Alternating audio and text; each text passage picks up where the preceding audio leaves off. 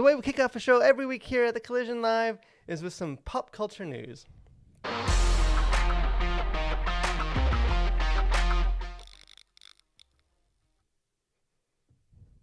So a couple things that kind of going on this week. Just like to keep our finger on the pulse of culture. What's going on in this celebrate good things because we're going to be getting into some crazy stuff to maybe not celebrate later in the show. But a couple things that kind of stood out to me this week as I was looking through kind of the news. The lead actor was cast in the upcoming live-action movie of He-Man, Master of the Universe. Which I guess we can congratulate Sam for a successful audition for that. Another thing that was crazy to me yesterday was the 25th anniversary of the Star Wars special editions, the much debated, maligned special editions.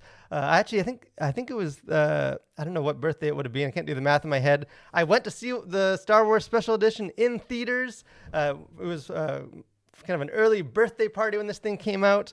And so I have a soft spot for it, even if he sort of ruined his classic movies. Another thing that I guess I've been living under a rock and didn't really know a whole lot about this, but Halo show is coming out. It's on Paramount Plus, which I didn't even realize was a streaming platform. But they just released a new trailer for this. It looks good. It looks, I don't have Paramount Plus, but hopefully they give some free month-long trials. I can check that out. Another thing that's I noticed, Jason Momoa, Aquaman himself, is in rumors to join Fast and Furious 10. What's the most noteworthy thing in that is just that there's going to be a Fast and Furious 10. In kind of the realm of controversies and outrage, because you need a little bit of that every week at least, Minnie Mouse gets a new attire. This thing kind of blew up on the internet a couple of days ago. Gone is her kind of polka dot dress, and she's rocking a more kind of business pantsuit. The context for this is sort of to celebrate kind of International Women's Month coming up. It's for Paris and Disney, but a lot of people are having issues with this, and it's definitely something noteworthy. And the last kind of thing that stood out to me this week coming up in culture is Kanye, or the artist formerly known as Kanye West, now known as Ye, will be releasing his new album on because he couldn't pass the opportunity to release it on February 2nd, 2022. So 02/02/2022. Seems like some computer code. But again, one of the most successful artists going out there. He's not a metal artist, so I probably won't check it out unless I have to, but definitely stands out to me. And that's all we have this week for pop culture news. So any of that stuff stand out to you as? Yeah, well, it's I happened upon the Halo show, or I couldn't tell if it was a movie or a show, and I guess I was living under that same rock because I had no idea that this was in the works. But I just started seeing a bunch of ads for it, like I think either yesterday or this morning, maybe even. So that's cool. That's like my youth, I guess, right there. You know what's funny is just like a couple of days ago, I was going on a walk I have two 7-year-old twin boys, and I was trying to explain to them like Halo nights back in youth group, like where we bring like 6 TVs and everyone would bring their whatever, I guess an Xbox, and like we'd hook them all up and you would play and like each have your own room, and like my kids just could not grasp like that like I might as well have told them like we rode dinosaurs to church. Like it's just like, you didn't just play on the internet. Like this world that they will never get to experience the joys of. We should totally bring back Halo nights. By the way, I know we need to and still do it old school by hooking them up physically just for through some of that LAN, some of that nostalgic goodness. And again, it is crazy that the Star Wars Special Edition is 25 years. I know since because that was. Since Greedo shot first, 25 years ago, as of yesterday. But there you go. It is what it is. Always a lot going on in pop culture. One of the things that kind of a couple things that maybe could have been the lead news story, but I thought we would kind of bump it over to our first topic and kind of talk about it, because I think there is kind of some relevance for, not kind of beyond the specifics of these kind of newsy controversies going on. Yeah. I think as Christians, there is kind of broader issues and implications that are worth kind of digging into. And this is sort of the topic of censorship, kind of in art and entertainment. And kind of there's two things that kind of two unrelated stories that I noticed going on this week that kind of brought this topic up. The first one, if I'm saying it right, Mouse, kind of the real famous kind of classic comic book graphic novel about the Holocaust. I forget how long this thing has been going on. A lot of schools study it. I don't believe I've read the whole thing front cover to cover, but I've studied it. I'm familiar with it.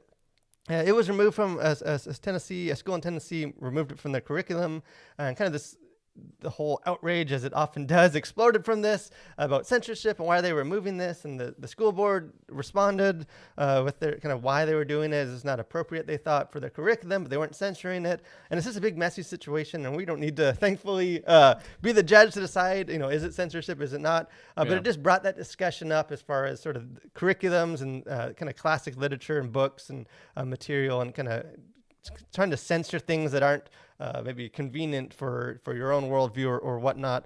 But kind of the biggie following on the heels of that, the whole Spotify Joe Rogan versus Neil Young thing. And I love this this picture we have reminds me of some like choose your fighter, some like arcade thing. Got all their attributes or whatever.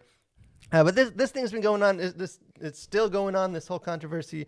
A lot of people are kind of angry at Joe Rogan. He has, I think it's the #1 podcast in the world. I'm pretty sure, the Joe Rogan Experience, where he just sort of sits down and talks with people. A lot of people, based on sort of some of his guests he's had on, and COVID and vaccines and all that kind of discussion, are just accusing him of many things, but mostly sort of misinformation or whatnot.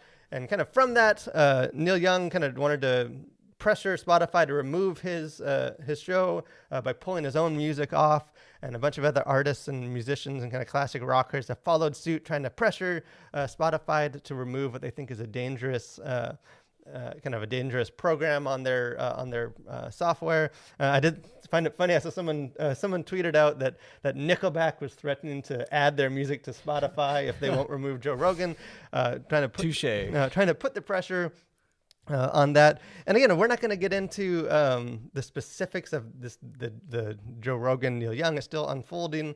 It's just sort of a messy thing, and it gets into stuff that is sort of beyond the scope of what we want to talk about. But I think kind of on like a wider scale, just the issue of like censorship and kind of controlling the narrative and material, and what is dangerous, and what do we do with things that are maybe false teachings, or how do you kind of control that? I think that is very much an issue that's like relevant, and not just relevant, but like essential for Christians and the church to kind of navigate and wrestle with. This whole thing is going on, this craziness in culture. People are mad. As a Christian, what are you kind of taking from this discussion, like in kind of censorship, and like what should, as Christians, like where do we fall in this whole mess of a conversation? Yeah, well, I mean, Jesus said you should know the truth, and the truth will set you free. And so I think that can be a guiding principle as you try and navigate what is the truth in all these different situations. And I think, I think as it relates to like schools and stuff and their curriculum and whatnot, I think that's a very different conversation than like, should a podcast be, on air with stuff that you disagree with that is completely optional and you don't have to partake in. So I think those two, I mean, although they're somewhat similar, I do think they are a little bit different, because when you start talking about like kids, I can see why parents would rightfully be outraged over this or that, whatever the outrageous thing is that a school decided to do. But I think that is a little bit different than just a podcast on a platform, and should it be on a platform or should it not be on a platform? And I think it's very I think just be very dangerous when you start deciding like, so these are the things that we allow, or if you start changing those things sort of midstream. And I think for Christians, we should be aware of what's going on in culture. And I think a lot of Christians will tend to want to sort of suppress whether it's stories that Hollywood are telling, and sort of say that these are not good for our kids or for Christians to engage with, more so than really focus in on like what the church is doing and what are we producing that can be engaged with. Yeah, because that's kind of like, and you said so the John 8 verse, it talks about, so the truth will be what sets you free. And I was kind of thinking this through scripture, kind of before this show, and like sort of the model that like Jesus gave towards this sort of ideas, whether they're dangerous or false or other religion or trying to, purposefully misleading or any of that. And like the Bible, obviously, they talk about false teachers and stuff a lot, but really always, whenever it's talking about kind of putting down false teachings and ideologies, like it's always, as far as I could come up with, like within the context of the church, like as the church, make sure that you're guarding sort of, orthodoxy and like the truth, and don't let these false teachers come in and mislead your people.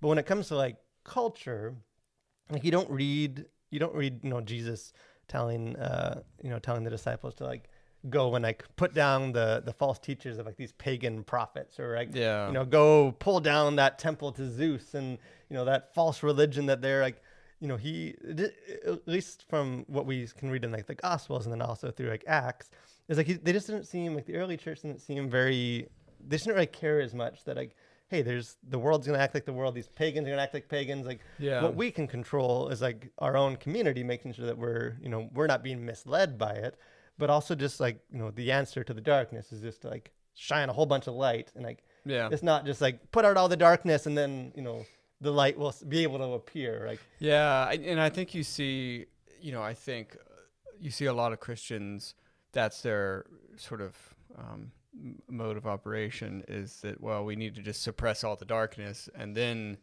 we'll have there's almost a sense that Christians can really criticize, like, let's say left-wingers or liberals for like always trying to have these sort of socialist utopias. But I think a lot of Christians are also trying to do something similar by like trying to suppress all the darkness so that they can just kind of have this, let's get back to Christian America, whereas, they're not really focused in on the church and what the church is doing. It's more like, well, if we can just like, hit all of the moles that pop up, out there in the world, then us and our church will be safe, rather than making sure that the church and yourself are on a firm foundation and can stand against whatever the world throws at you.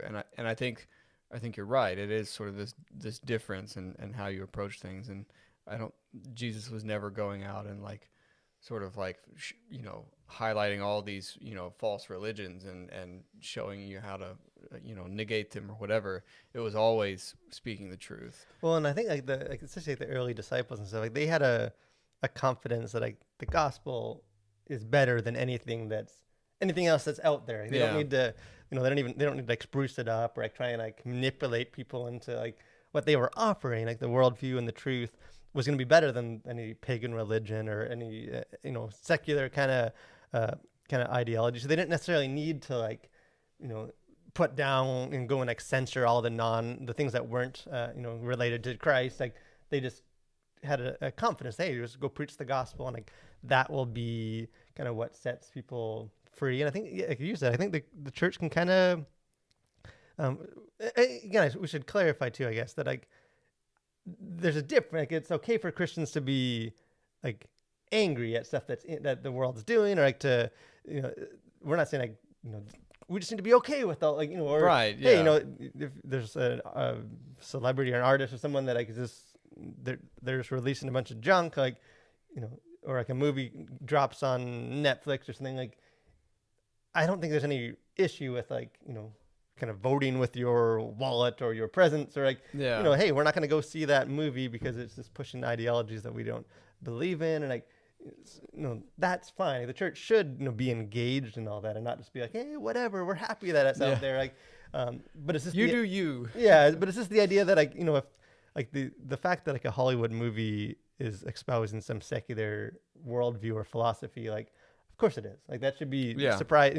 Like even on the reviews we do here at the Collision Signs, people are like, I just can't believe that like the Hollywood would be saying this, and it's like you can't like Really? Like you're that's surprised. you're surprised. What else by would they this? be saying? Like, they're not going to be preaching the gospel. Like Yeah. but we can't control that. Like, but we can control like the answer to entertainment being so secular and worldly philosophies is not just to like try and censor and boycott and like do away with it. It's just make good movies that or art that like presents the truth. Like the truth is the thing, not just putting out all the darkness or Yeah, and I think that's really what it comes down to is like don't be surprised when the world acts like the world, and I think a lot of Christians are, and it's like, and I think in some ways that's an easier thing to do than to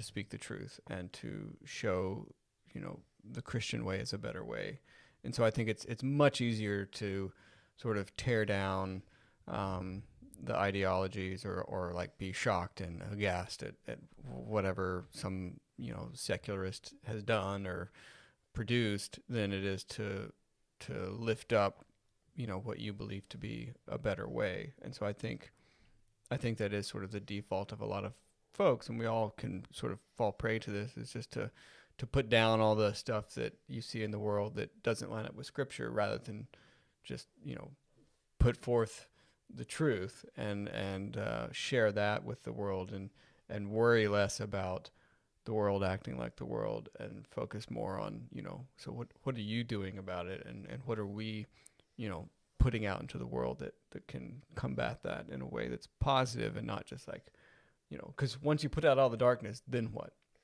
right? Because like, so okay, you don't have all these horrible things, well then what? Like so you're promoting this idea of just an absence of all these things. Well, no, like the church shouldn't be doing that, and we shouldn't be doing that. So it should be, what we are promoting is the presence of the truth, and the gospel and the light of Christ that is the answer to all of these issues. And it's not just like, well, if we just bash all the issues into submission, then we'll have, and it's just like an endless like you'll never censor the world into not being the world. Like, you'll never censor sinful man apart from Christ, like into somehow, if we just take Hollywood out, then like the world will suddenly be, that's not what's going to save people. But let us know what you guys think. There's obviously a messy, like the specifics of how you kind of navigate, and what is censorship, and what's like a wrongful focusing on boycotting and censoring false, and what is like a Christians just being engaged in the culture.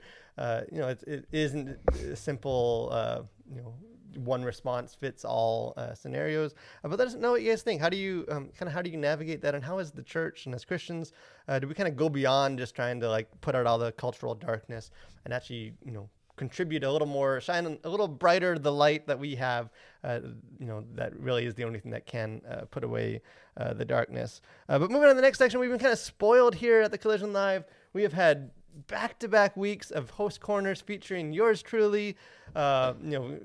People start getting expectations. But all good things must come to an end. But we can't continue on in bliss. Adam and Eve could only stay in Eden for so long. That we have this week. We have Sam's bringing us his host corner.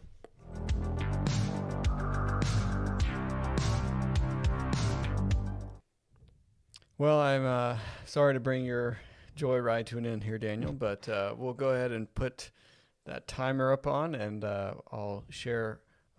I'll do what we're not supposed to do, and that is talk about Bruno.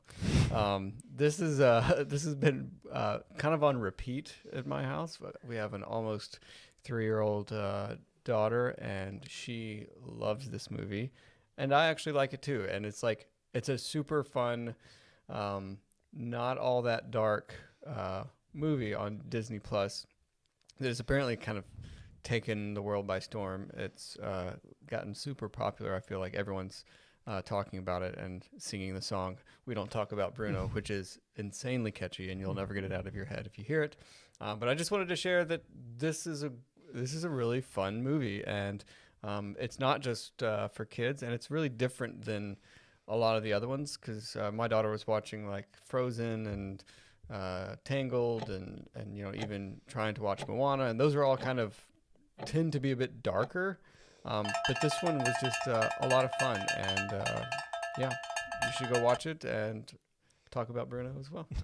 So I will admit that when this thing finally dropped, when it came out on Disney Plus, that I believe it was like right when I was in the middle of like in bed with COVID and sick, and so I missed it. My family ended up watching it without me, and I didn't watch it. But I've seen like this, the song, and people mentioning it, and like so far I have managed to like not watch not listen to the song. Well, consider this your invitation to fully embrace Encanto, which is the name of the movie, and in which Bruno makes his appearance. But it's Lin-Manuel Miranda does the music, and so if that piques your interest, it's just a fantastic movie, and it's super fun, and it's really just about family, and it's totally different than I feel like very different than a lot of the other sort of princess movies or a lot of the Disney movies. I think it and maybe Luca are both sort of in the similar vein of just kind of fun kids movie that's not too like serious. I mean, there are serious themes, but And I'm sure I'll usually end up seeing these at some point when my kids throw it on. Plus, and I'll finally get that song stuck in my head. But so far, it's sort of like before. We'll all know when it's stuck in your head. Yeah, but when I come humming it. Plus, having a 2-week-old, I haven't had a whole lot of brain power to think about anything else. So it's just sort of that's where we are right now. But I'm just impressed that you didn't even take us to space or some telescope in your host corner. So I guess today. We'll let you. I haven't had a chance to use my telescope. Yeah. We'll let you get back in the rotation for these. Yeah. Kind of the next thing is actually related to something we talked about a couple weeks ago, and also an article that I will share with you in the final segment of our show. And it's just sort of what do we do when Christians make bad art? And if we're honest, that happens. It does. It's happened from time to time. Christians make bad art, and it's kind of the discussion that a couple of weeks ago we talked about separating the artist from the art, and usually it's almost always like in the context of can Christians enjoy good art that's made by like bad people? Yeah. Can we separate it, or do we have to sort of put down anything that's made by people that we don't agree with? But it's not really. We don't really talk about that discussion on the other side of like, well, what happens when people we do agree with and that are very like God-fearing, noble character? What do we do as like Christians? Like, does it matter like when they make art that's just not good? Regardless of how great they are. And I used a little Google. I pulled up some of these I was familiar with. We could spend a lot of time going on this, but just to set the mood for some bad Christian art, I pulled a couple pictures, so we can put the first one on here. This is like like early '90s WWF or WWE now wrestling. This is Jesus. I'm assuming this is making the case that Jesus is going to fight our battles for us. But he's rocking some of that spandex. He's got. Yeah, I'm not sure what to make of that. Yeah, so he looks like he's about to go fight Stone Cold Steve Austin or something with that picture. But hey, good message, I guess. Next picture we can. This one. Speaking of wrestler, this is apparently Jesus on a lot of steroids, or he's breaking the cross. He has the body that I wish I had if I was more consistent with P90X. I'm guessing this is supposed to be metaphorical that God overcame, but he looks like he's like He-Man or something on that. We can put the next one up. This is we almost need to add a label to our show. This is like Collision Live After Dark or something. This is Jesus meeting Adam and Eve.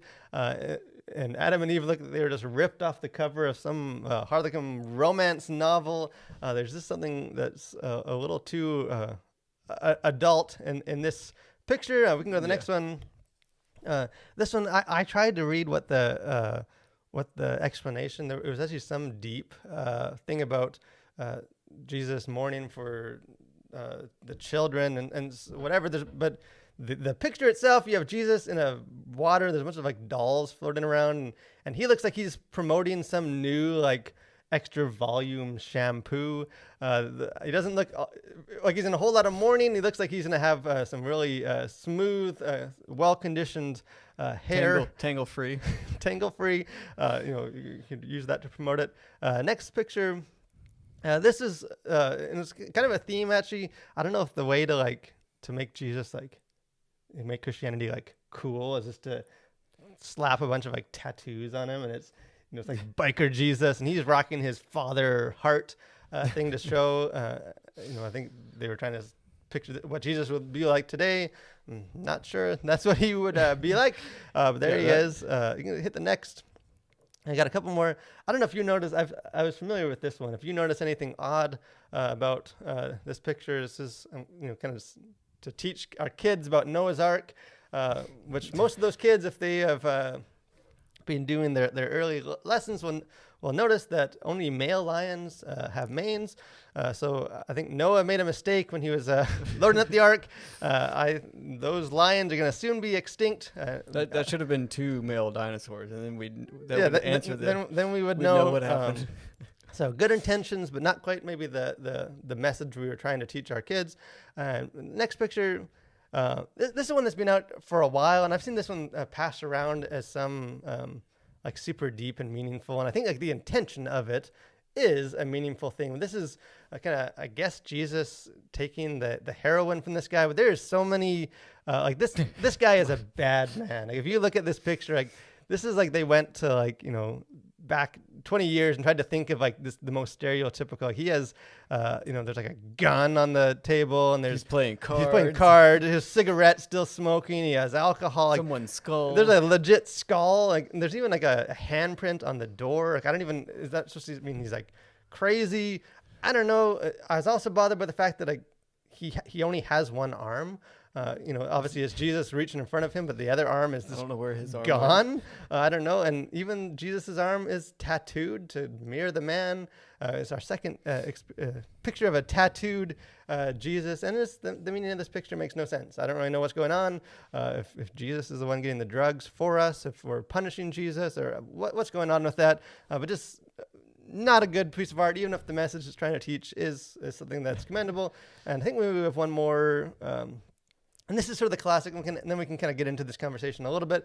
But this is the famous restoration process. You kind of see the time lapse of the original, then when it kind of fell on the side of this monastery, kind of got faded and chipped. So a very loving lady who'd been taking some art classes, a custodian in the monastery, decided to take it upon herself to restore this picture back to its former glory. Yeah. And we'll leave it up to you to decide whether or not she was successful in that. I think the funniest part about this is I think the image, the original is called Behold the Man was the name of the painting, and it has been renamed Behold the Monkey because that face does not look like a man, does not look like Jesus, it looks like some kind of animal.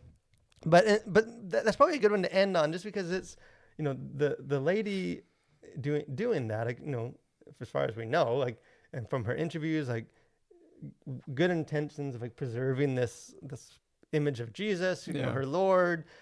She's out of the goodness of her heart. She's using her talent and her abilities to restore this, and it's terrible. It's a horrible restoration. Would be better off just letting it fade into oblivion. Don't think it can be considered a restoration, to be honest. We use that word in quotation marks.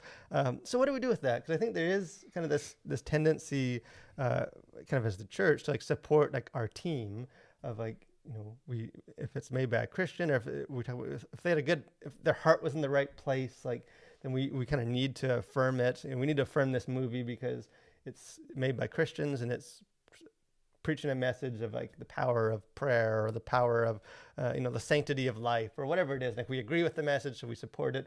But maybe often it's just it's not a good movie. It's not a good work of art. What do we do?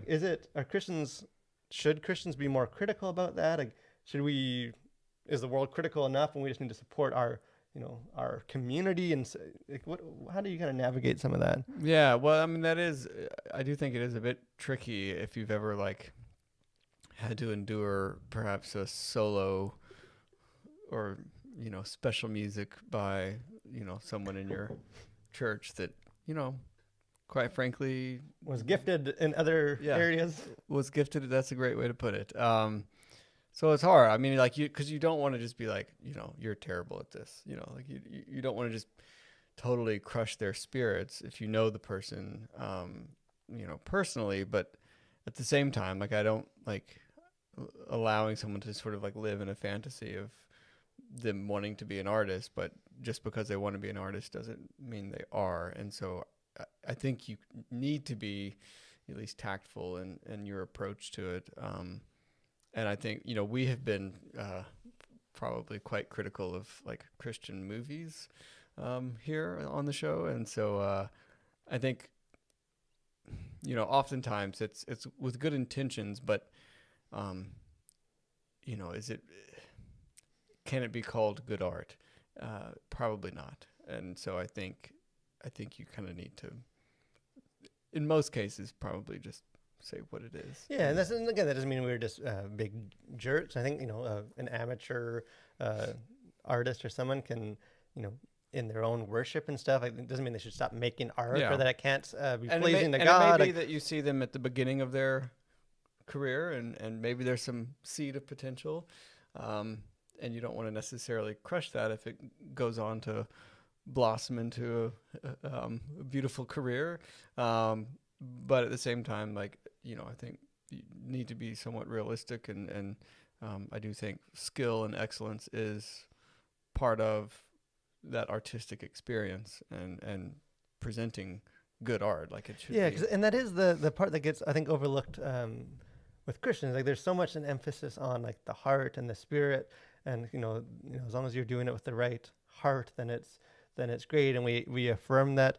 Because the Bible doesn't, the Bible supports that. That it's the inside that matters, and David is disqualified from the building the temple based on he had too much blood on his hands. Like, so it's not like that's not true. But I think as far as like the scales of like what else the Bible kind of puts forth, I was just doing a quick kind of survey through some of it, and almost every time that the Bible kind of references or talks about any kind of artistic project or like an artist, like you have in Jeremiah, you have the potter, First Kings, you have Huram, which is a kind of a profile of a craftsman, and then both like the long narratives of the temple and the tabernacle and the ark. Like anytime it's describing anything that's being made artistically, like just go through and like count how many times it mentions like the word skillful or like excellence or a skillful artist or like a master artist. And like the Bible, it seems like it consistently affirms that like, this isn't just,